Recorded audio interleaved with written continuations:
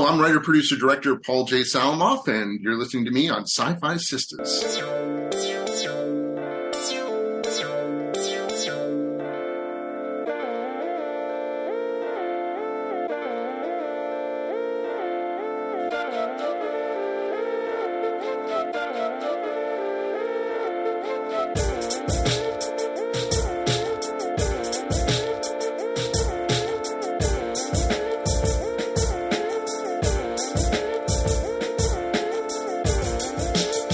Everybody, welcome to the SyFy Sistas podcast, where we give you our point of view. I'm Tamia Harper, and today I'm here joined by my sister, Subrina Wood. Whoop, whoop. And Yvette Blackman-Tom. Hello. And we have a really special guest today. And I know I'm always excited that we have a special guest, but I'm particularly excited about this special guest because he means a lot to one SyFy sister in particular. And so I'm going to hand it over to Subrina to do the honors because, as they say, this time it's personal. Dun, dun, dun. Subrina, take it away. Okay, thanks, Tamia. And yes, our special guest tonight is someone that's really special to me. This is the man that taught me how to write a screenplay. This is Paul J. Salamoff, and he has worked in the film industry for 30 years. He's been in film, TV, video games, graphic novel, and he's been a writer, producer, director, executive, and makeup artist. You gotta ask him about that stuff. He's the author of the new book, The Silent Planet, which we're going to talk about in detail today, but he's also written a book called On the Set, The Hidden Rules of Movie Making Etiquette, which we discussed quite a bit when we were in our class together. He is also the author of the graphic novel Hired Guns and Discord, and the one that I would like to see a reboot of, Logan's Run. His short stories and essays have appeared in anthologies including Median Unmade, Tales of Clive Baker's Nightbreed, the Cyberpunk Nexus, Exploring the Blade Runner Universe, and that's the one to read. Paul is currently teaching screenwriting to people like me at New York Film Academy. He's a two-time Bram Stoker Award nominee and has made his feature film directorial debut in 2019 with Encounter, a sci-fi drama based on his original screenplay, which won Best Independent Film at the 46th Annual Saturn Awards. And we're going to definitely delve into that. So it is my great pleasure to welcome my mentor, my teacher, my buddy, Paul J. Salamoff. I'm so glad I gave you an A. Because I was such a brown noser in that class. I was definitely... Yeah, you're one of my favorite students. You really were. I hope none of my other students are listening. Yeah, right? Oh, my God. Okay, the class that I'm talking about is it's Screenwriting 101. And it was a 15-week, right? 5 hours? What? We were in there like, wow. It felt like an eternity. He did.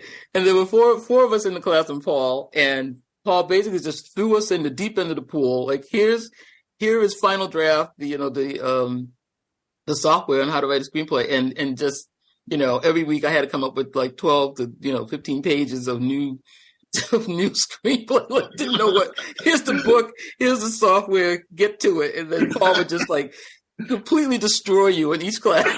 Fun. You did emotionally scarred.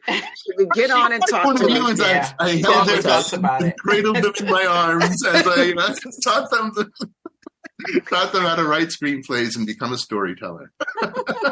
Yes, you did, Paul. Yes, you did. But now you are the storyteller. And so you're here today to talk about a bunch of stuff, but what we're really excited about is your latest creation, and it's called The Silent Planet. Yes. What happened? You're doing novels? Like, what happened? First, I want to start off with like quoting Star Trek 2 and say that revenge is a dish best served cold. It's very cold in space. That's all we We got the Star Trek in there right off the bat. So thank you. Now we can talk about other stuff.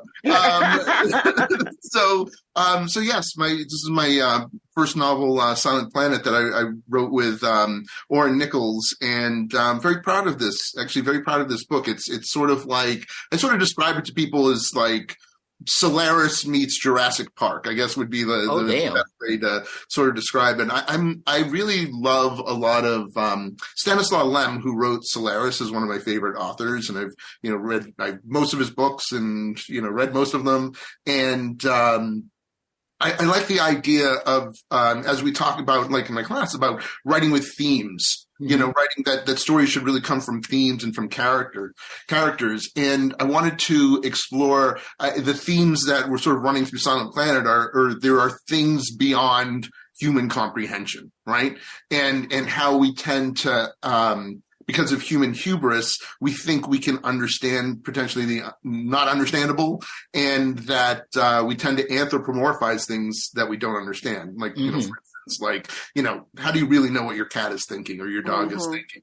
We sort of bring that, so it's sort of exploring those themes within the context of a very like sci-fi adventure with some very interesting characters and just in a very, rough way what the story is about. It's like sort of in the far future, and corporations can buy planets, and this corporation has bought this planet, called Vega Prime, and they just can't figure it out. And they need to put their, mining, because they want to strip mine it. They want to put their mining equipment, but they don't understand how the world sort of works because the creatures are bizarre and the vegetation's bizarre. So they've had a science team trying to figure it out, but it's been taking years, and they're getting very fed up with it. But it's not like a hostile environment.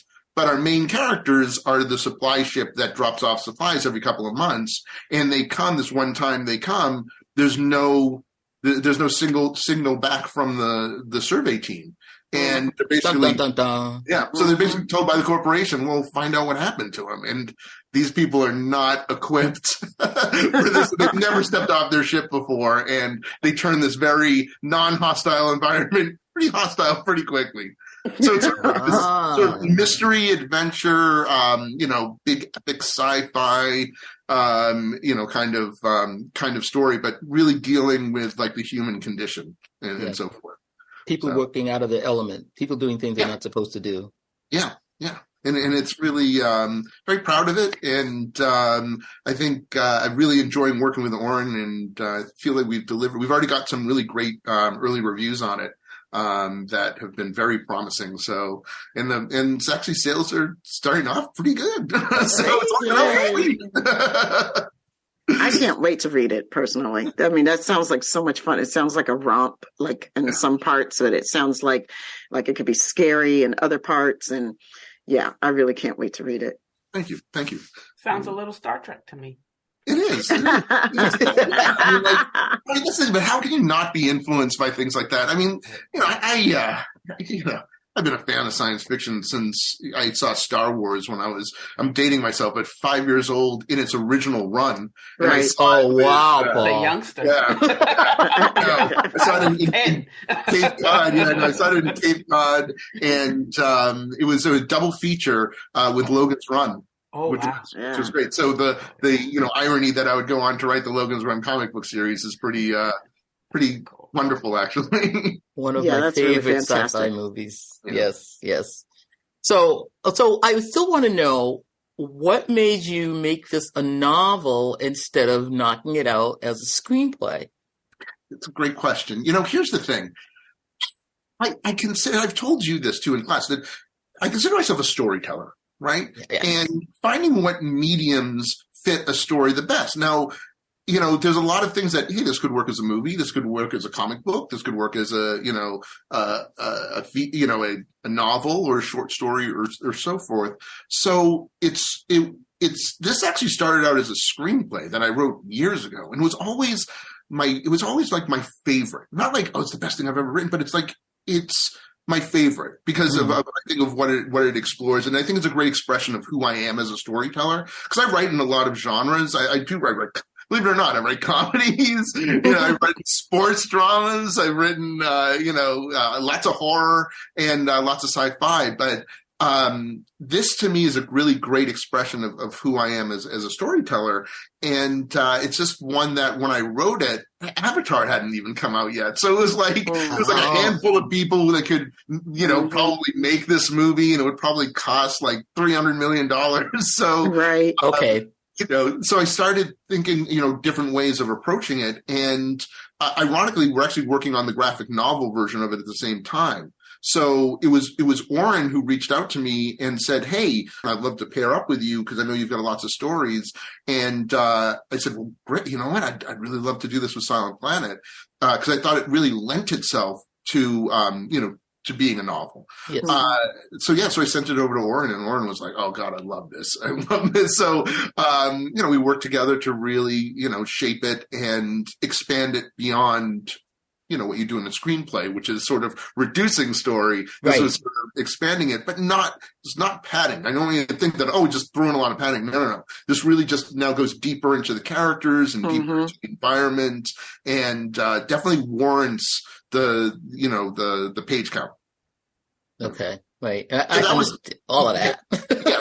So the desire was just to be able to share my stories because, I've written over 35 screenplays at this point, and even in the most optimistic, even my most optimistic ways, I don't think I'm going to lens all 35 or 34 of the other ones, or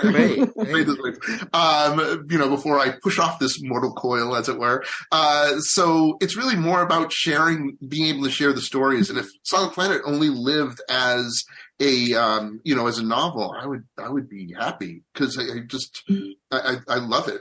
Am I beeping? I think I thought my computer was beeping, but so it was sort of a desire of like, yes, this is a great thing. I would really like to, write it as a novel and share it that way. And then, we can always get made into a film afterwards because they love adapting books and the screenplay's already written. So you're ready to go. Yeah, it seems to be a win-win scenario as far as I'm concerned. Well, so now the thing that I'm really interested in with this as well is that you have done all of it. I mean, the graphic novel and the novel now and the screenplay.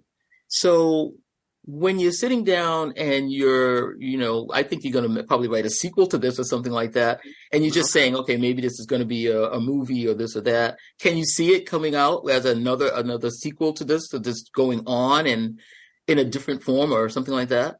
Yeah, actually, I love that you asked this question. So one of the things we're doing, because, a lot of times people just like create a character and then they'll do a lot of different stories with the character. Warren and I have decided that I have actually a lot of stories that are kind of interconnected as a sort of personal joke to myself. And, the thing is, like in my movie Encounter, the creature from Encounter comes from this same planet. Oh wow. All right. And Discord, my graphic novel Discord, which is like a superhero thing, takes place on Vega Minor, and this takes place on Vega Prime. So, and we also reference another like TV series that I had developed years ago that like a lot of the things are mentioned in it. So we're kind of doing like this expanded universe thing and telling different stories. You're doing some world building, Yeah, and telling different stories that take place. And look, if it's successful, then we'll start crossing over projects, which will be, really interesting. But Oren and I were kicking around ideas for a sequel to Silent Planet. It was never meant to have a sequel, but once we started talking about like really jumping into the nitty gritty of stuff, it's like, oh God, that would make a really, like what we want to do. So I don't want to repeat myself by any stretch of the imagination, but there's a certain themes that present themselves in Silent Planet that you could really run with. You could really run with and further develop these characters that have already gone on an interesting arc. That doesn't mean that their story ends there. There's more for them, and there's things that I guess are layered, really are layered into into the Silent Planet. That if you really want to like delve into them, it's like, yeah, there's some exploration you can do with some of these things that happen, and what their ramifications would be past the end of the story. Mm-hmm. So the answer I'm is yes. excited. Just okay. I know, That's like right? opening up a whole. Okay, because Discord. All right. So I got to go back and watch Encounter. So it's like I just love. I do it for myself. It's not like, oh, look how clever I am, putting this. It's more for myself. You know what I mean? It's to amuse, because look, I mean, as writers, you're sitting behind your desk, you're by yourself, and sometimes you want, like, who's going to notice if I do this? You know what I mean? It makes me happy and keeps me going. But not realizing that, wow, this could actually pay off in a very good way, because once we hit on the idea of really having just an expanded universe of stories that we can tell, that it's like, wow, it's already layered in there. It's not like we're trying to shoehorn something that wouldn't come just like naturally. So, yeah. But I think, going back to when we were in the class, that was one of the most fun things. So I'm an accountant by day, and that's another job where you're alone doing whatever you're doing all the time. You don't collaborate in accounting. So, when we legally you don't. Yeah. So it was kind of called collusion. But so when we were in class and we would really start going on helping each other develop the screenplay, that was some of the most fun parts of the class, where people were giving me ideas that I hadn't even thought of, or what my character would do that I didn't think of, because, the other people in the class are reading your dialogue and they're living the character for you. And now they're giving you a perspective that you never thought of. And it would just be so much fun, where the story was going, because you didn't know. You started the class, and I kid you, Paul. But I mean, I had that screenplay. Yeah. That's the most fun for me in class too, because it's really, I mean, that's the thing is, we talk about, ideas, and we talk about where ideas come from, and we develop ideas and so forth. But, I think you're foolish not to listen to other people's thoughts. And at the end of the day, if somebody has an interesting idea, you're crazy not, and it's something that excites you. It's going to be filtered through you anyways. It's not like they're diminishing you as the creator of the story, because you're going to take that idea, which they riffed off your script to come up with that idea, and then you're going to filter it through yourself. So ultimately you turn it into your idea. And you should look at those as gifts, not as like, oh, why, so, every once in a while you get students who are like, they beat themselves up, like, why didn't I think of that? It's like, it's someone just gave you a gift, you know what I mean? And it's like, you're the one whose name is going to be on it at the end of the day. And it's not like you're a fraud or anything like that, because like I said, you've filtered the idea through yourself, and you've told it the way that fits in your story. And I think that's really wonderful. And I'm going to give a shout out to Matthew Jacobs, who has a Doctor Who connection. He wrote the Doctor Who 8th Doctor TV movie, the one that I started this console for. Matthew has this documentary called Doctor Who Am I, which, by the way, they're having the LA premiere of it right now. Which I've heard about that. But I've gone to a bunch of it, and I'm actually in the film. It's a documentary about Doctor Who fans. But I always give Matthew credit for giving me a great note for Encounter in post-production. Wow.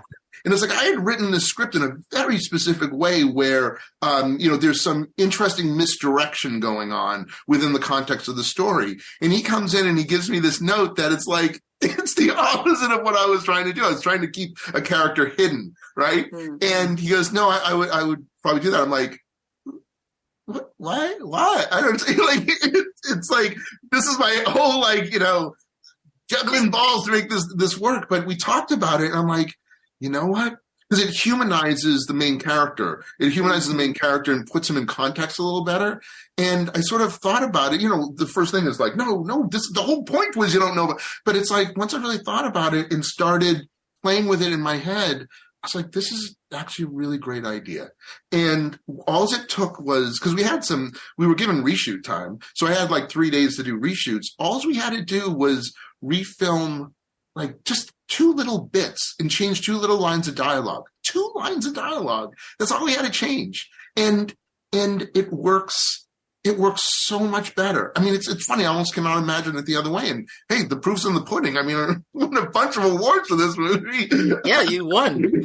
So, so I think it really was the right decision. And it was just being, I'm not run by my ego. I'm run by my creative impulses. And I knew a good idea when I hear one. And as much as it would have been nice to say, no, I know better in this situation, it was the right thing to do. And it made the movie much more human and much more emotional, which is what I wanted in the first place. So, you gotta be able to hear when people talk, like there are notes are going to be given that you're just going to look, then go make that movie. You know what I mean? If that's, but when you get notes that excite you and will enhance your story, I think you're really silly not to listen to those. I agree. I mean, I just love listening to you. I got to tell you, I'm really geeking out right now because there's all this cool stuff behind me. There's that too. You have super cool stuff behind you, but because I'm a writer at heart, and I've never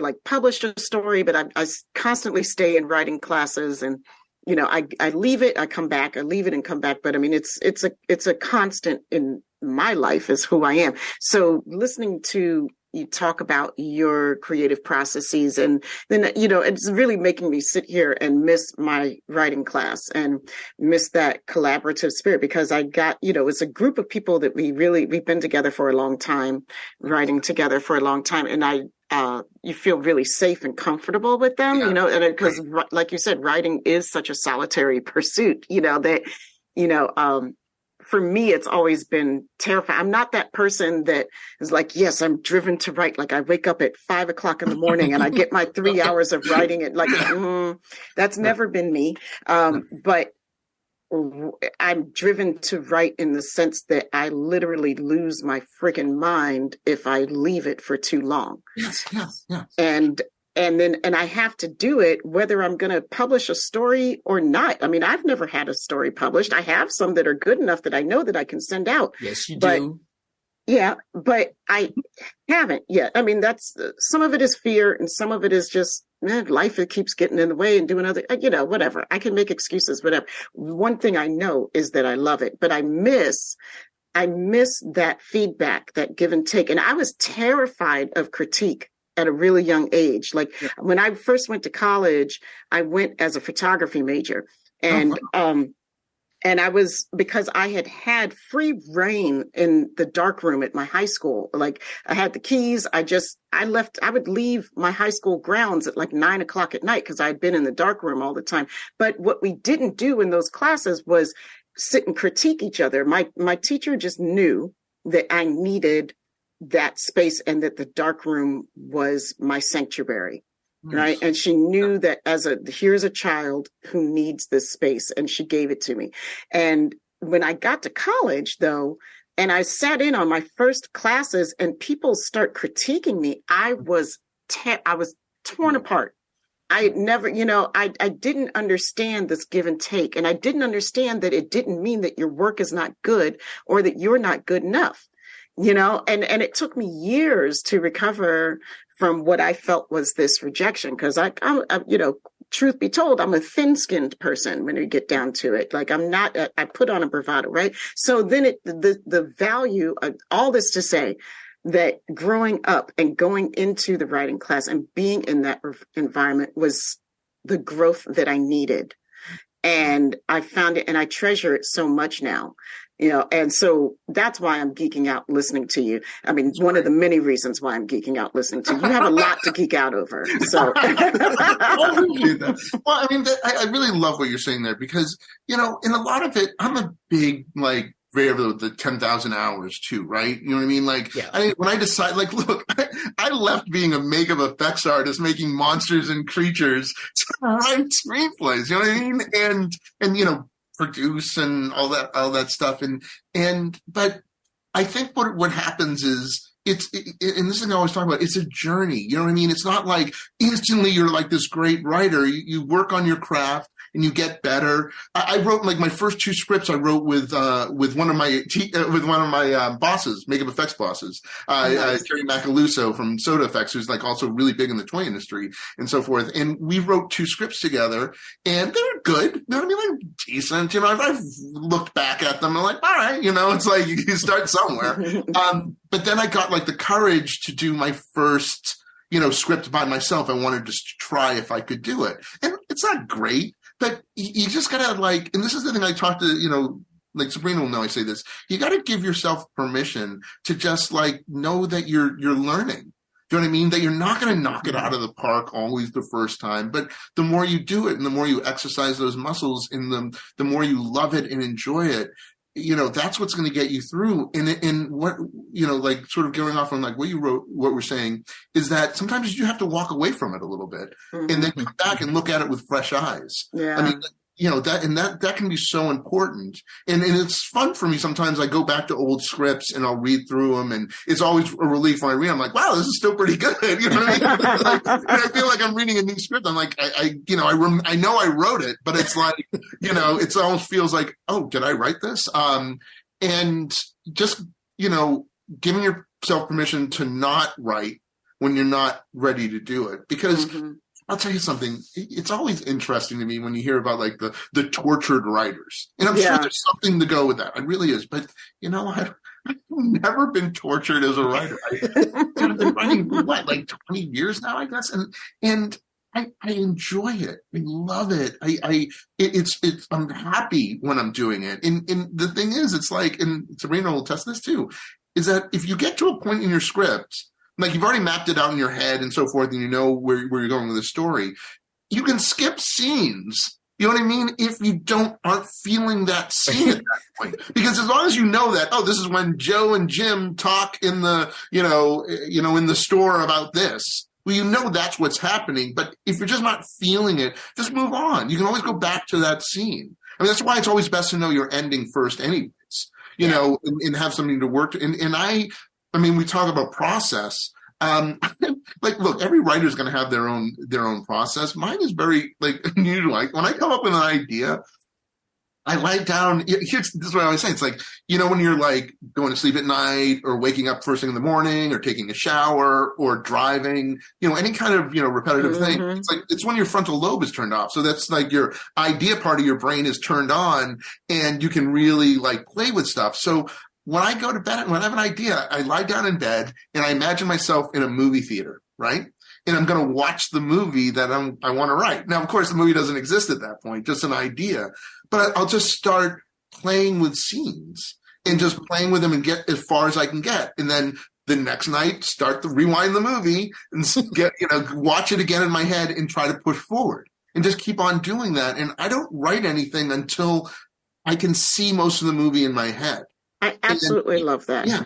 Yeah. And it's sort of like, so when it comes down to writing it, I'm kind of transposing it because I'm watching the movie in my head as I'm, you know, of course, there's always going to be discovery. There's always going to be changes. And once those characters come alive, like once they come alive, you got to do what they want to do. You start forcing your characters to, you know, you got to be ready that your story could go off in a different direction because once those characters speak for themselves, you just got to go along with it. But, you know, that's what I love about the process. It's exciting. It's exciting to me. I've never gotten writer's block. I never gotten writer's block, like ever. You know what I mean? Like knock on wood. I hope I know whatever, but it's just because I think I do like the pre-production. I mean, it's like, I think it fits that I was I'm a producer as well because you have your pre-production, your production, your post-production. Those are your ideas, you know, the writing the vomit draft and then doing the rewrites and the polishes. You know, that's I sort of see it that way. And if you know, what do we say? If you fail to plan, you plan to fail. Yeah. So I do my pre-production, you know, for my stories before I actually shoot them, which is hunting and pecking on me because I can't type like this. I'm fast. Like I am really fast, but I'm like, you can't see him, but he's got his two fingers and he's just like stabbing an imaginary typewriter. He's hunting and pecking fast. fast as it can. That's It's the fastest hunting and pecker in the West. Sometimes I'll look up and I'm like, oh crap. Cause I can't look at the screen sometimes. I'm just like doing this and I look up and I'm constantly like saving, Yeah. Oh, God. After every sentence, I hit it. I just don't even realize I'm doing it because sometimes something just comes out of you. Yeah. And it's so wonderful and it's like perfectly constructed. And God forbid I'd save multiple drafts of my script, almost every like 2 days or something like that, just in case, I was doing that once. I was writing and I wrote like three. I worked on these paragraphs, right? And I finally got them and they were beautiful and they were lyrical. And I looked up and my iPad had stopped saving. Like I was like, and I was like, and I lost all of it. And then trying to recreate it, just wasn't the same. So I learned that as well. Make sure I turn off autosave. I don't do autosave. Yeah, me neither. Not anymore. Because autosave it only takes failed. one time. One time. I mean, because I sweated over that stuff, right? I sweated over those words. Yeah. They had a lyricism and a poetry to them and the rhythm, and they were saying exactly what I wanted to say. And I was particularly proud of those two paragraphs. And the shit was gone, and I was never the same again. I'm giving you a hug. I'm literally giving you a hug. We're all giving to me a big virtual. We all know. I'm giving you a big virtual hug because it's horrible. Like my heart breaks. Like I'll always tell my students, I'm inevitably going to have one student who that wasn't saving new drafts. Right. And it's like I'm telling you, if something happens to that draft, you've lost your entire script.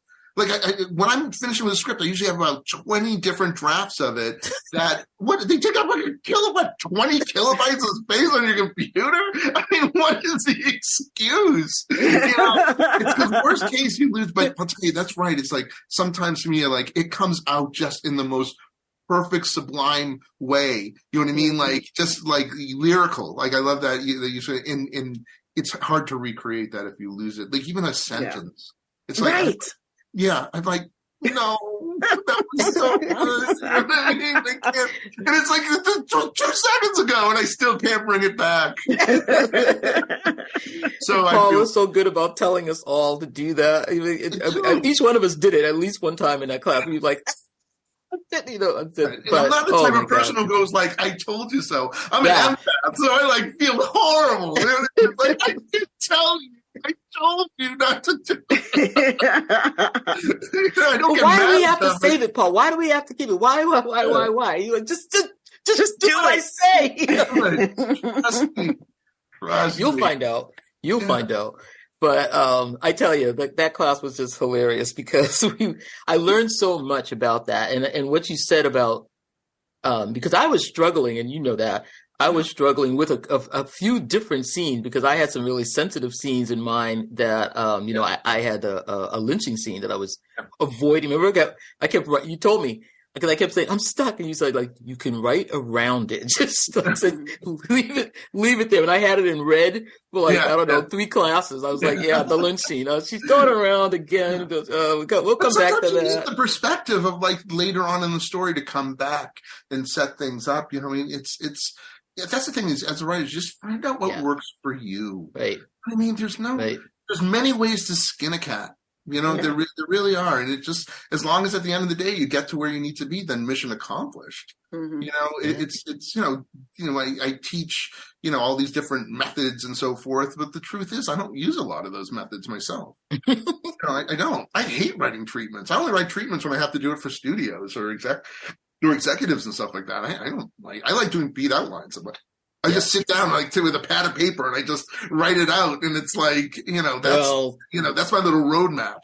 I'm one of your students because that's the only thing I do. I'm beating it out. It's such a wonderful story, Subrina. I mean, that's the thing is there's been certain stories that have stuck. I've been teaching for about 4 years now, and there have been certain students and certain stories that stuck out to me, and yours was definitely one. And I'm not just saying Look, you know me. I don't blow smoke up people's asses by any stretch of the imagination. I'm always honest with how I think. And your story was wonderful. It was like one of those ones where it's, and I love getting stories that are just different and explore stuff like that. And because at the end of the day, I mean, look, as much as a sci-fi horror geek I am, I love drama. Mm-hmm. I love drama. And it was such an interesting story that you were telling that I was like, all right, I could definitely see myself, seeing this movie. Mm-hmm. That's the thing. It's like, I watched anything. I was just seeing this movie last night called it's Full River Red. It's Zhang Zhimo. I can never remember his name. He did that movie Shadow. He did like Raise the Red Lantern. Okay. It's a Chinese mm-hmm. that takes place in ancient China, and it's almost like a Knives Out in some ways. It's got sort of that kind of tone. It gets a little dark towards the end, but it's like, I'm like loving it. I'm like watching this movie. It's like, 2 hours and 39 minutes or whatever. And I'm just like completely digging this movie. It was so much fun. And it was like, he's such an amazing filmmaker. But like I said, I'll watch anything. You know what I mean? So in his class, Paul would come in and tell us whatever movie he saw that week. And of course, he's always asking us, what movie did we see? Yeah, I know, movies. Very rarely was it one. With his class that had not seen any movie. We were like, oh, yeah, I got to see a movie before I get into class. Paul's going to ask me. Good, then it's working. I don't get it. I mean, it's not like you guys are like going to some like random school and taking a film class. You're going to a film school. he would get so pissed off. What? So I actually, being the brown noser that I am, I wrote down every single movie that you mentioned to us in that class. I have the entire list. If you said we needed to watch that movie, even though the next week you would say, did you see the movie yet? Go, no. And did you watch all of them? No. No. I've been chipping off my list. But what was it? You wanted somebody to watch the movie St. Andrews, right? Wasn't that the movie St. Andrews or something? Nope. And every week you kept asking him, and he kept saying no. And I was like, why doesn't this guy know to watch the damn movie? Because Paul's going to ask him again. Just watch it for him. I'll tell you what it's about. Yeah, you were like, you need to watch this movie because it's your script. You need this. Well, but, I think it's really interesting. I mean, but that's the thing. As a creator, I think what's really interesting because as a writer, I don't want to like repeat something that somebody's done before. I want to tell interesting stories with different perspectives and different points of view. I don't want to just rehash something that's already been done. And I've seen so many friggin' movies. I mean, like my AMC A-list. I mean, I get everything out of it. I mean, I always joke that I'm the reason why MoviePass failed. Because it was a personal challenge. Thanks, Paul. It was a personal challenge. Like, wait a minute, you're saying I can watch a movie every day for $10 a month? Let's put that to the test. And they did everything they could to stop me. Like, you got to take a picture of your tickets. You can't see the movie more than once. You can only see it once. And then you had to like sign in, like every time. It was such a pain in the ass. And by the way, MoviePass, stop crawling back to me now. You know, you're getting emails from them. It's like, you have your chance. Like you hurt me. You hurt me with what you did. You know what I mean? I'm not coming back. I was sitting there going, AMC treats me so who nice. Are these people that are seeing a movie every day? I was like, how much of this country is able to go see a movie every day? We're raising the cheats those kids. I tell you, when I got to film school, I was like, I have found my people. Yes. These people get me. And you would people that talk in dialogue, they refer to another movie to tell you something, and they're giving you a line of dialogue, and you know exactly what they mean. What's so wonderful about it is that it's inspiring, but it also is relaxing. I mean, like always, it's funny. Look, I'm not a person who's like against taking vacations, right? By any just imagination, but I got to be honest. A vacation for me is sitting in a movie theater and watching a movie. Because I'm not in my head. I'm in the lives of other people, and I'm not thinking about all the things that are going on in my life. I'm just focused on a story, and for me that's relaxing to me. Unless I'm watching a stressful movie. There's some movies I don't ever want to watch again. What was that Adam Sandler movie that was a couple of years ago? The one who was like the he had jewelry dealer. Diamond Dealer. It's a couple of years. Oh, Uncut yeah. Gems. Uncut Gems. Uncut Gems. I don't ever want to watch that movie because that was one of the stressful I like that movie. It was stressful. It had the Celtics. It had the Celtics in it. Come on. But I think what's interesting too is just from a storyteller point of view, like, you know, I'm not going to like, you know, look, I have an incredible, like I have over 2,000 movies, right, in my collection, right? And they're not all Citizen Kane, by the way, you know, a lot of like really crappy movies, you know, for lack of a better word. I've got my Criterion collection, but I also got like some, you know, let's say less than desirable films. But, you know, it's just about enjoying these stories, but you can find ideas. Sometimes I'll be watching a movie and they'll have a concept that they don't run with. And I'm like, oh, I could have taken this in a different direction. Well, that's a completely different movie. Yeah. And it's not like, oh, you're stealing their ideas. I'm just saying, like, you get inspired by something you see in a film, or you see what not to do. You know what I mean? Like, this didn't work. And I think you can really learn a lot. Well, obviously, but you learn a lot from watching what's come before, but also not trying to have a fresh voice. I mean, look at Everything Everywhere All at Once. When I saw that movie, I saw that the night it came out. Actually, I saw it on a Wednesday night because it came out on Thursday, but they had a screen on Wednesday. I went and saw that, and I knew I saw something special. Yeah, right. The audience was applauding during the movie, and then there was an ovation at the end. And I didn't go to a special screening. I just went to the AMC in Burbank, right? And I knew I saw something special, and that was my number one movie all year long. All year long. Yep. Really glad that it got recognized for Me too. I had to go see it again. Like I saw it like you. I saw it on a Wednesday. Yeah. Me and a friend of mine went, and I was like, I loved it. But I really need to see this again because I don't think I know what just happened. Yeah. Right? Exactly. But, I mean, I'm not a movie person, and I never go see movies again. I mean, I had to go see that again because I was like, what happened?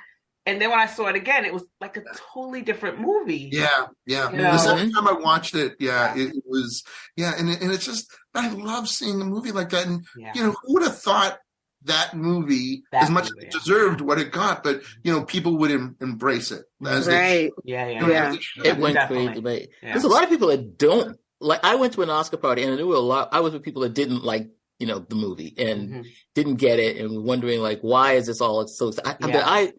I fell in love with it as soon as I saw. I mean, I thought it was this incredible story. I was crying at the end too. How are you not crying in that movie?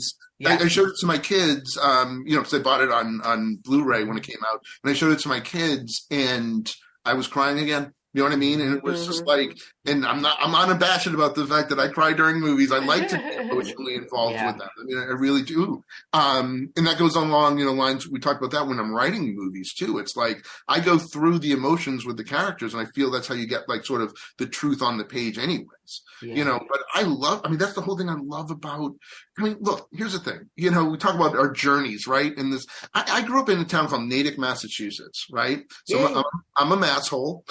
It's one of the biggest sports communities in New England, and a Heisman Trophy winner, Doug Flutie, went to my high school. He was a couple of years older than I was, and so it's like, you know, not to quote like Blade Runner, but it's like, if you're not, you know, if you're not playing sports, you're little people. You know what I mean?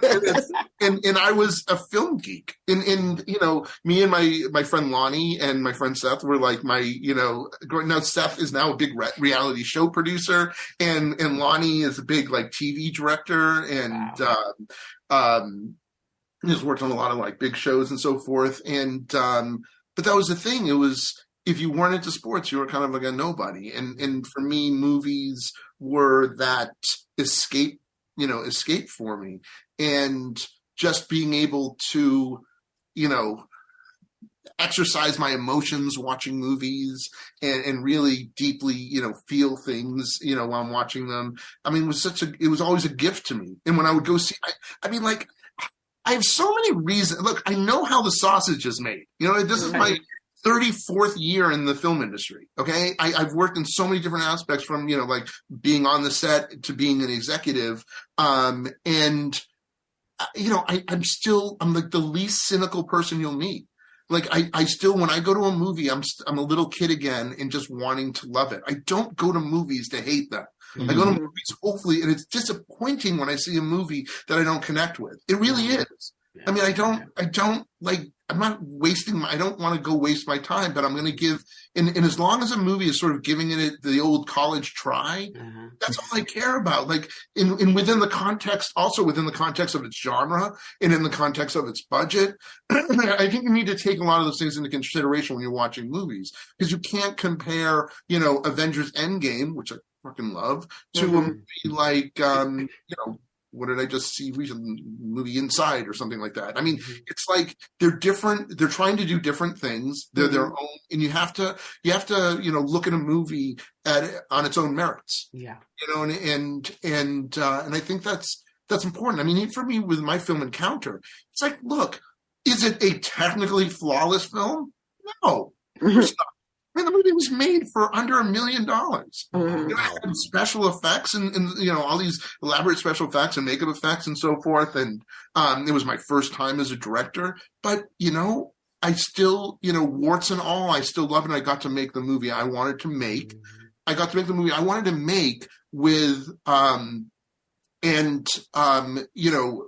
with the best of my abilities. And that's all you can ever ask of yourself. It's all you can ever ask of yourself. And it was not made with cynicism. It was made with love, and it was made with care. And, so, and that's the thing is, like, I can see a movie and I can see warts and all. I can see what they were trying to do, but I know that this movie was made for next to nothing. And you know what? Boy, they did. There's a movie called The Endless. You guys familiar with that movie, The Endless? It almost works despite itself. There's like now some bad editing a little bit, and some of the directing isn't the best, but it was such a wonderful, like, little movie, little sci-fi movie that I was just so taken by and enthralled by. And it's like clearly a low budget movie, but these guys just like, and despite all that stuff, I can squint my eyes if the effects aren't bad, and I can still enjoy the human story. And that's always been it for me with why I love this. I feel so lucky I get to work in this industry. Cool. So you mentioned Encounter, and that is the one that you won a Saturn Award for. So how did you get involved? I know you're still involved with the Saturn Award yourself now, not just you're handing them out to people. No, I got involved with the Sci-Fi Academy when I was going to school at USC. Like I stumbled upon, I was like at the Norris, there's this theater there called the Norris Theater, which I had classes in and stuff like that, and I was there for film. And there was like something going on. I walked up to the door. I'm like, what's going on in here? And they go, oh, this is a screening for the Academy of Science Fiction, Fantasy, and Horror Films. And I was like, I'm not seeing it. My jaw hit the floor. Okay, really? I'm like, what? And the guy go, excuse me? And they're like, yeah, we're having a screening. Why don't you? Why don't you come in if you want to see it? I'm like, yes. It was not even Sunday. It was a Sunday, and I jumped in and got involved. They introduced me to the president, which was Dr. Reed at the time, and I became friends with the executive administrator, who's now the president of the Academy, Robert Holguin. And I'm like, wow, these are my people. You know what I mean? And every Sunday they show like movies sometimes before they come out, and the filmmakers would come. So I became like the youth president. They made me the youth president, which was great. And then I was also the film moderator. So anytime they would have people, come down, I would like interview them on stage. And it was just so amazing. And I was involved with them, for many years, and I produced some of the Saturn Awards. But then, then I really had was focusing on my career. So, sort of stay a member and so forth. But it was always like, I want to make a movie that can win a Saturn Award. You know what I mean? Like it was always a dream. Obviously an Oscar would be great, but I'm a sci-fi horror. You know what I mean? It's like my aspirations are more for the genre stuff, and here is basically the Oscars of genre films. So to be able to make a movie, that would warrant that was something that I aspired to, and it took me years. You know what I mean? But you did it. Yeah, but I did it, and it really is. It's amazing. I mean, it really is. That statue means more to me than you can possibly understand. You know what I mean? And as a matter of fact, I with Silent Planet, I dedicated the book to Dr. Donald Reed, who was the president, but he passed away. And I dedicated the book to him because I know, I mean, it hurts that he's not around because I know he would probably love this book. He would be so proud of you. Yeah. And I know he would because, you know, they were like a surrogate family to me. And I felt really, you know, coming out from Massachusetts and not knowing anybody in the industry. And here I am, you know, getting to interview people like Sam Raimi on stage and William Friedkin and Guillermo del Toro and like just so many like great you know, people that meant something to me. And, you know, like, you know, I started my career as a makeup effects artist. So Tom Savini was my idol growing up. You know, he did Creep Show and Dawn of the Dead stuff in Friday the 13th. And the day I was named youth president, we showed Night of the Living Dead, the remake that he directed, and I interviewed him on stage. Oh, like, wow. a picture of me in my suit, you know what I mean? With my long hair, because I used to have a epic mullet, which was fantastic. Nice. But, you know, dressed, you know. I would pay money. Yeah, I want to see that one.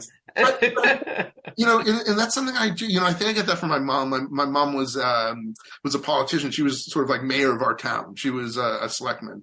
As a matter of fact, just last week, they just named an internship program under her name, which is wonderful. So they did a nice cool. tribute. She just moved out to California like early, just like months ago, 6 months ago. And they did a beautiful tribute for her because it's funny. My dad was a dentist and my mother was a politician. And I never understood why people didn't like dentists or politicians because everyone loved my parents. Like my dad's patients were like family and everybody loved because my mom really cared about the town.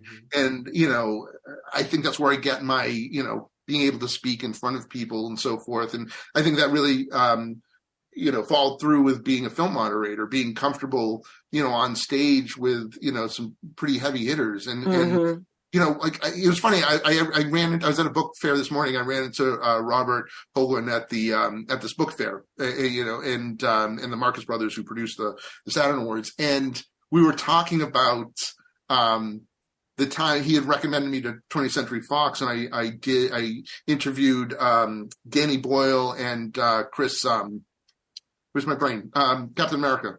Chris Evans. For the movie Sunshine. Yeah. They're having and Danny Boyle had just flown in, I think, from London, and Chris was thrown in at the last minute. So I thought I was just interviewing Danny Boyle. And so I was at 20th Century Fox, and I had to do this Q&A.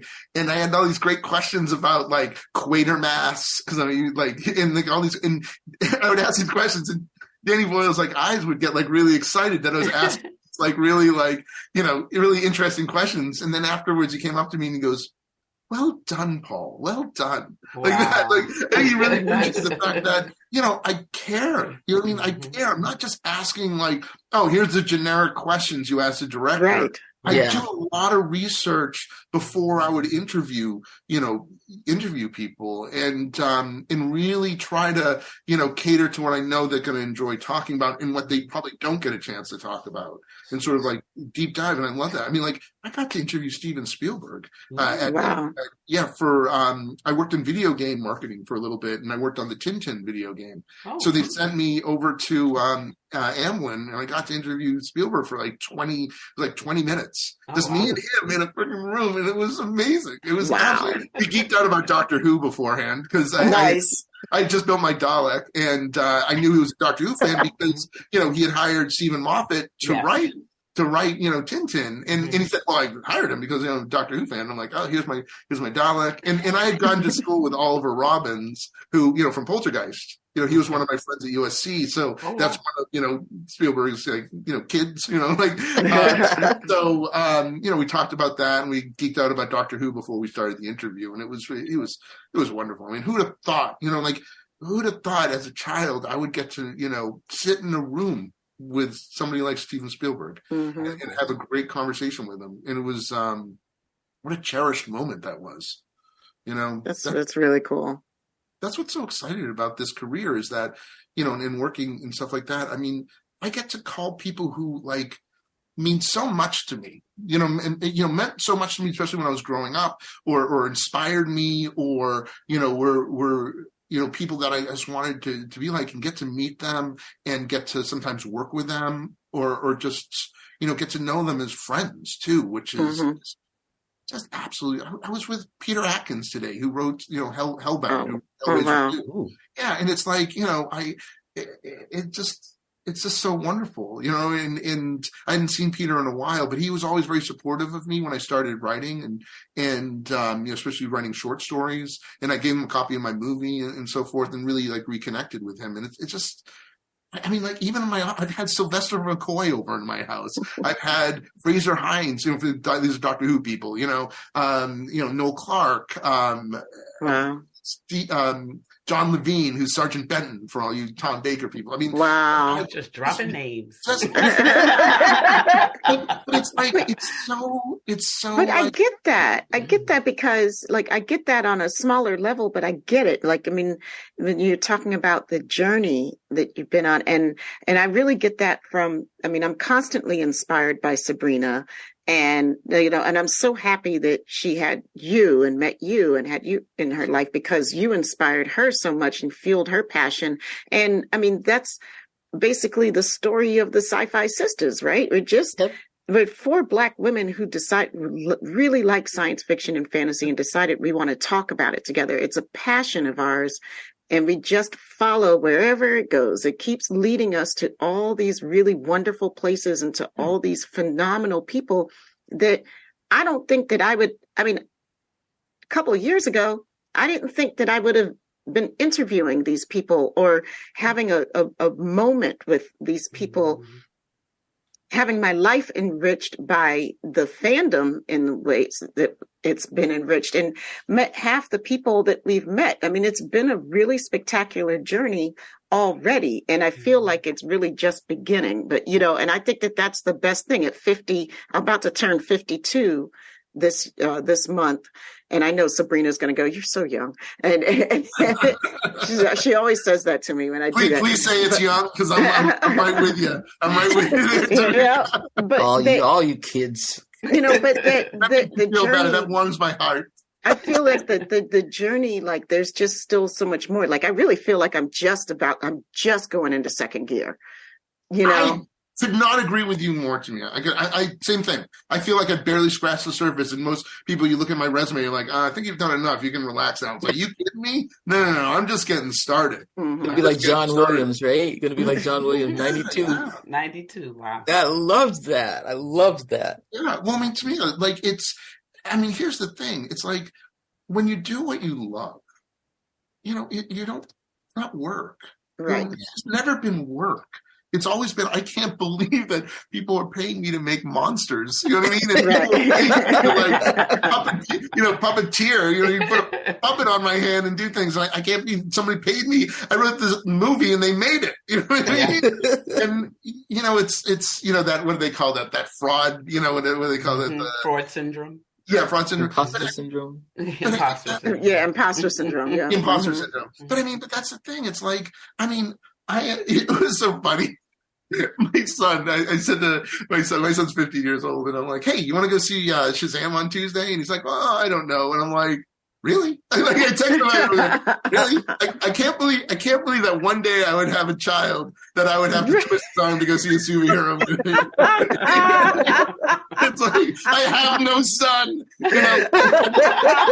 I mean, it is Shazam, though. Oh, come on. Shazam movies were great. Yeah. The funny thing is, like, my office. New York. This is all toys and comic books, and I have a screening theater in here with 7.1 surround. I got a candy machine and a popcorn machine. Oh my god! Yeah, it's all like toys and action figures and models and props and so forth. And it's like, this is where I feel safe, and this is where and I don't look at it, I'm like, gee, I need to grow up. It's like, no, I don't want to grow up. I mean, I like being young. It's disappointing that I'm like older. Right. You know what I mean? I'm like, thank God I got a time machine. I can tell you. But I mean, but that's the thing is it's that's what's so wonderful about that I still get excited about, going to see, new movies or meeting new people or, it's just it's so funny. I love to go to like yard sales. I just like it's something I used to do with my dad when we were younger. That's a native thing. You got that from native. Yeah. By the way, look. Wait, hold on a second. I'm right back right here. Hold on a second. You can see me. Look what I got for $1. Look what I got for $1. Which $1. I got this for my daughter. She's like, I don't know. Look at this thing. Oh, the Star Wars crochet set. Yes. Oh my God. I remember selling those. $1? And I was like, hey, do you want this? She's like, nah, not interested. And I'm like, don't waste your money. I'm like, yeah, I'm buying it anyway. It's mine. I'll find somebody who'll really enjoy it. That can make me one of these. Look, see $1. Or I'm going to do it myself because I know how to sew. Right. I know how to sew like nobody's business. I want you to know. So, I might just do it myself. Just maybe we'll just do that right now as I'm going to be crocheting little stormtroopers. Crochet my little BB-8 while right. I'm so unabashed about like my geekness. So actually what I was going to say was when I was doing the yard sale, I stopped at this yard sale, right? And there was these two guys talking, and the guy has some like cool stuff, right? When they were talking about movie posters and so forth. And I'm like, can I get in on this conversation? And it turns out that one of them, this is like so great. This is why I love being like just unabashedly myself. I just don't give a crap.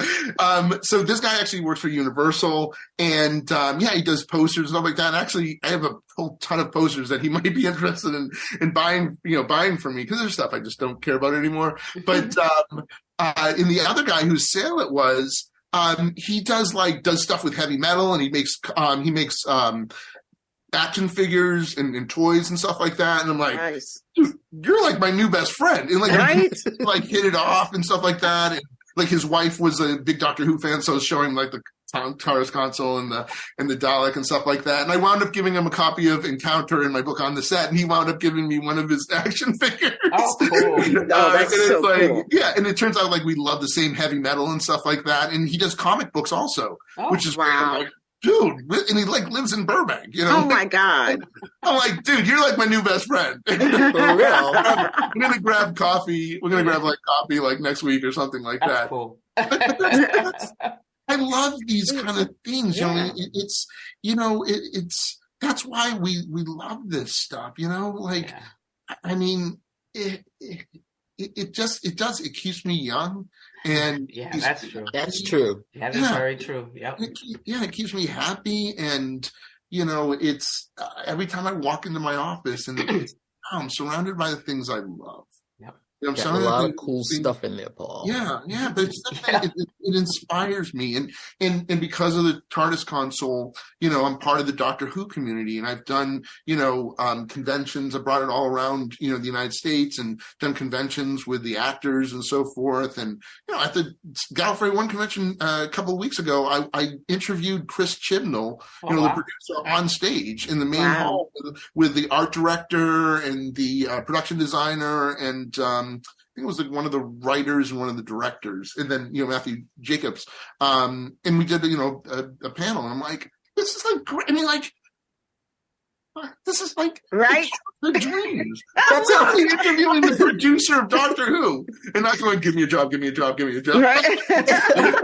It's so funny. I had a meeting at Disney Plus like a couple of months ago, and it was just after they acquired Doctor Who, and I was like, I go, I heard you guys like acquired Doctor Who, and he goes, oh yeah, I was working on that. I'm like, what do you mean was working on that? He goes, yeah, I was just working on it a little bit, and you had to turn it over to somebody else. I'm like, okay, well, see, you need to get back on that. Right. Yeah. And then you need to bring me in. And I'm showing him like my pictures and stuff like that. It's like, well, chances are they're probably not going to hire an American writer. I'm like, chances are we'll test that theory. Right. No joke. Right. I got to write a Doctor Who comic book, like it was a bio comic book for Blue Water Comics, and I got to do I'm really good friends with Nick Briggs, who runs Big Finish, which does like their audiobooks. I got to write one of the audio adventures. Oh, nice! And I just actually got asked to contribute to a new Doctor Who book. I've been in a bunch of Doctor Who books and stuff like that, but I've been asked to contribute an essay for a new Doctor Who book that's going to be coming out That's so next cool. year. Yeah, I just got. I know our Whovian listeners are just like so excited to hear all of this right now. Jamal, we're thinking of you. And Eve England and some other people. Yes, we are. I like Star Trek also. I like Star Trek. That's my dad was got me into Star Trek. And as a matter of fact, I still think I have his model of the Enterprise that he built when he was younger. Star Trek 2, like Blade Runner is my favorite movie of all time, by the way. Blade Runner just kicks so much ass on every level. The theatrical cut though. The theatrical. Yes, that's the one I have. As a matter of fact, I've written an essay about that, and that's a little controversial. Nice. It's a little controversial, but I feel that it's the truest version of the story. But Star Trek 2, like, look, I have a very diverse group of movies I love, but Star Trek 2: The Wrath of Khan, no joke, has been one of my top 10 favorite movies of all time, like forever. And I just love that movie. I've seen it so many times. It never fails to, disappoint me. Mm-hmm. And I just love the fact, the mere fact that there's so much character development within the context of just that story of characters that have already been around for, over decades or whatever, 2 decades at that point. And, is that right? Decades? Yeah. And the fact that they would have the audacity to do some more character development on these stories, and I love Star Trek too. I love this. It stands on its own. You don't even need to be a Star Trek fan to enjoy that. It is such a classic. I mean, all the great lines come out of that. Mm-hmm. That is one of my favorites. Yeah, and it really is. It's like. That was great. That was the comfort food for me growing up. Was Twilight Zone, was Doctor Who, was Star Trek, and Star Blazers. I was a big. I don't know if you know what Space Cruiser Yamato is. It's a Japanese anime, but I didn't know that. I just love it. It's Sabrina might know what that is. I've heard of it. I don't know it, but I've heard of it. I moved my Yamato. He's got so much stuff in his background. You guys, I'm just trying to look and see what everything is back there. Listeners, Tron cars. Hold on. Yeah. The yellow one is from my childhood. All right, look there's the eagle up there. This is my Blade Runner section, by the way. Nice. There's my Star Trek section up there. Oh, you got the Monster Maroon. Oh, my goodness. Wow. I know. Yeah, there's my Reliance up there. Oh, my God. Look at the Daleks. That's a serious collection, dude. Yeah.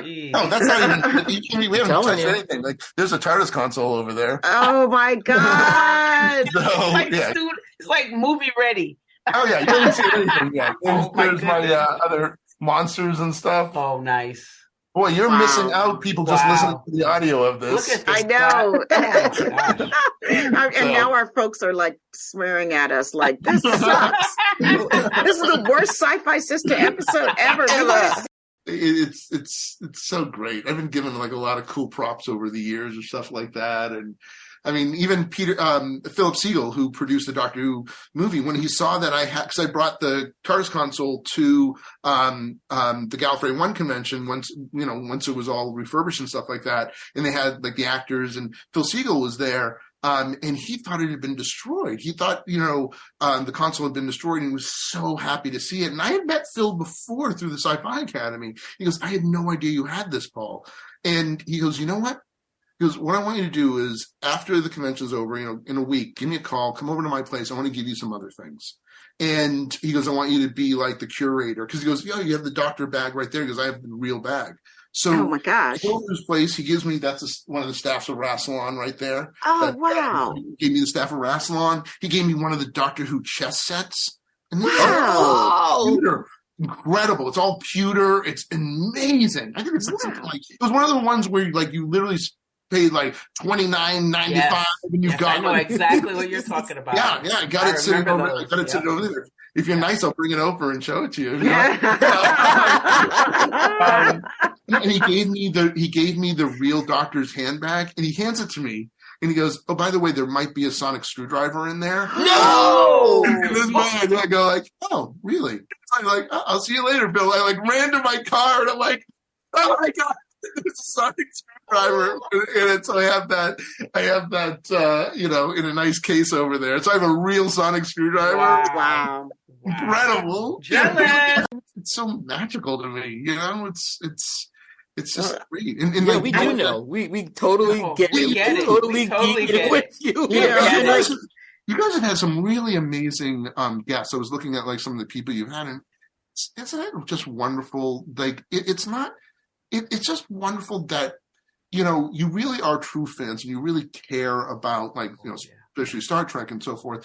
And just to have this, be able to talk to these people that meant something to you, and not like, it's like a geek thing. It's just like, these are somebody who meant something to you. Mm-hmm. You know what I mean? And to be able to talk to them about it, I think it's so special. It'll never be lost on me. I mean, I don't care how old I get. It's never lost on me when I meet people that, you know, meant something. I was lucky, you know, look, as a makeup effects artist, I worked with a lot of big actors, you know, a lot of A-list actors, but I gotta be honest, it was really the ones that, and I got to work with Bill Paxton on called the Dark Backward, and that had, you know, was Judd Nelson, Laura Flynn Boyle, James Caan. I'm trying to think of who else was in that movie. You know, Bill Paxton and Wayne Newton. That's right, Wayne Newton. One of his cigars, his Cuban cigars. And I never smoked it. I'm not a smoker, but I kept it. I'm like, one day I'll smoke this just for the heck of it, and it was like. Apart. I'm like, okay, so right? You know, like, but working with Bill Paxton, you know, like, and I just loved him. You know, I had wonderful pictures with him, and he was like the person who I would really like hang out with on set because, you know, obviously because of Aliens and Near Dark, and it really, he was a wonderful. Yeah, person. that was tough.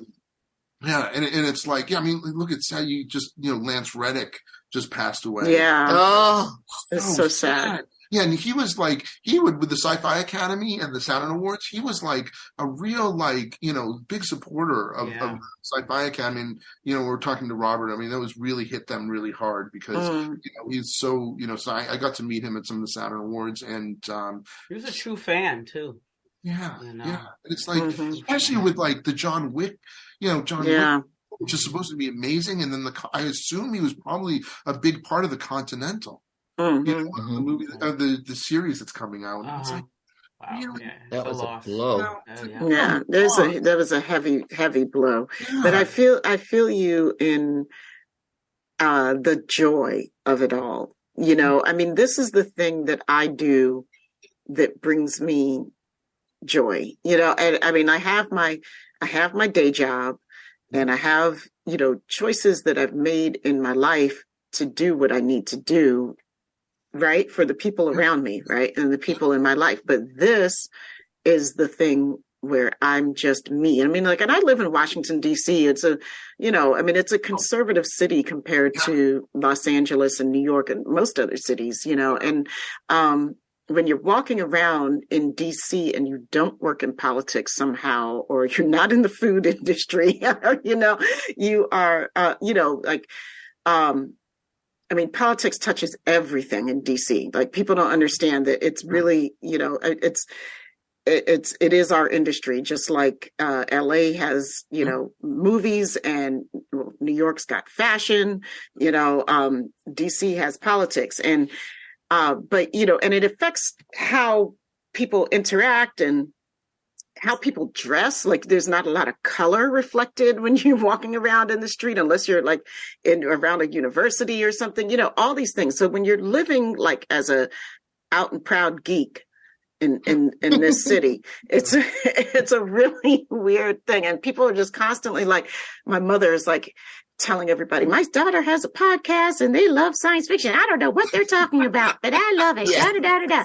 You know, and her friends go, oh, well, that's nice. That's sweet. You know, bless your heart. And bless your heart, right? Exactly. And every once in a while, you get that person who goes, wait, you love Star Trek? You love science fiction? You know, like, what about Star Wars? I'm like, I love it all, baby. Come on, bring it in. The more, the better, you know, and then you get to find your true thing. But what I've learned is about that living out loud and proud, right? Like, I just have to be myself no matter what. And that's what leads me to all the joy in my life. Yeah. You know, and if anybody could take anything away from this show tonight, I think that's it. Like, you know, yeah. I mean, there's four happy people here. come on, we only get one shot at this life, right? Right. Right. Exactly. Who wants to be miserable? Not me.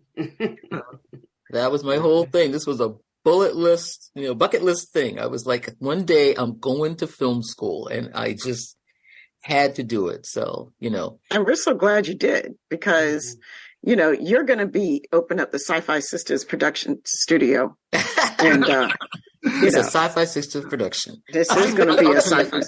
I know I said this before, but having a student like Subrina, I really mean that. I really mean that. This means so much to be on this podcast. It does, more than you guys know. I mean, it really does. This is like this. I won't get emotional on you because I can get very.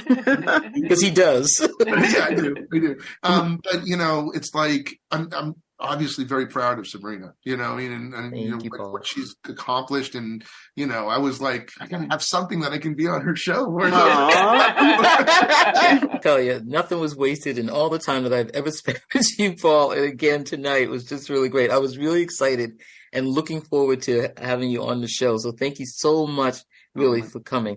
I just want to say, I was watching the Oscars, of course, like we all, I know you and I did. Oh man, come on, 21 out of 23, right? On the ballot. Oh, yeah. You are I'm good. I'm good. That's my superpower. Okay. That's my superpower. Well, I won at my party. I had most right. So anyway, I was feeling. She's not going to tell us what it was, but she's going. Well, yeah, it was a truncated list, but I had the most. There were 5 of us that got it. Anyway, so you would have been proud of me, Paul, but I didn't have 21 out of 23. But I just wanted to say Daniel Kwan made us a great speech when he accepted for Best Director, and he said that he wanted to thank the people that told him he was a storyteller before he could believe it. And I wanted to thank you tonight for telling me that I'm a storyteller before I was ready to believe it. And so you crying. You too. I know, really, but it was a one of those things that I'll never forget. That was 15 weeks with you. Going through a lot of things that I didn't think I'd ever be able to do. Being the only Black female in that class and having, 4 white guys read my shit and tell me whatever, and I'm trying to write a lynching scene. Woo, we were having a good time. Okay, you play the Southern asshole. You play the cop. And they were like hurting. Remember that? I mean, they were like, I don't want to read this dialogue. And all Paul wanted to do was, I want to be Bubba. I want to be Bubba. But thank you so much. That was something I learned so much in that class. I use it all the time. It has helped me even in this, podcasting world. I've had some great conversations with people, and they have told me that I know my stuff, and I'm like, because Paul taught me.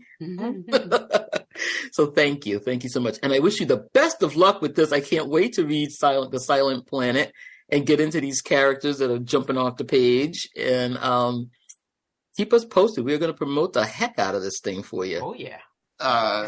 No, this has been an absolute pleasure, and I really appreciate it. I'd love to come back. So, Yvette, you want to tell folks where they can reach out with their thoughts about if Paul has inspired them to get on the page and start hunting and pecking, or any other thoughts that they have about what they heard on this here show? Yes. You can find us at SyFysistas.com. That's SyFysistas.com. Join us on the mothership. That's MUTHASHIP. And the SyFy Sistas Book Club, both on Facebook. On Instagram and TikTok, sci-fi.sisters. And we're also on that Twitter at SyFy Sistas. Become a patron of SyFy Sistas today at patreon.com/SyFy Sistas. After listening to this podcast, please rate us and write a review. We may just read it on an upcoming episode.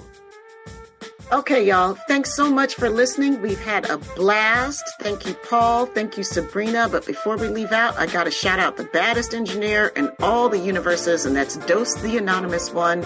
He is responsible for the music you hear on our show and our production services. And if you are in need of production services, hit him up on Instagram at dose_the_anonymous_1.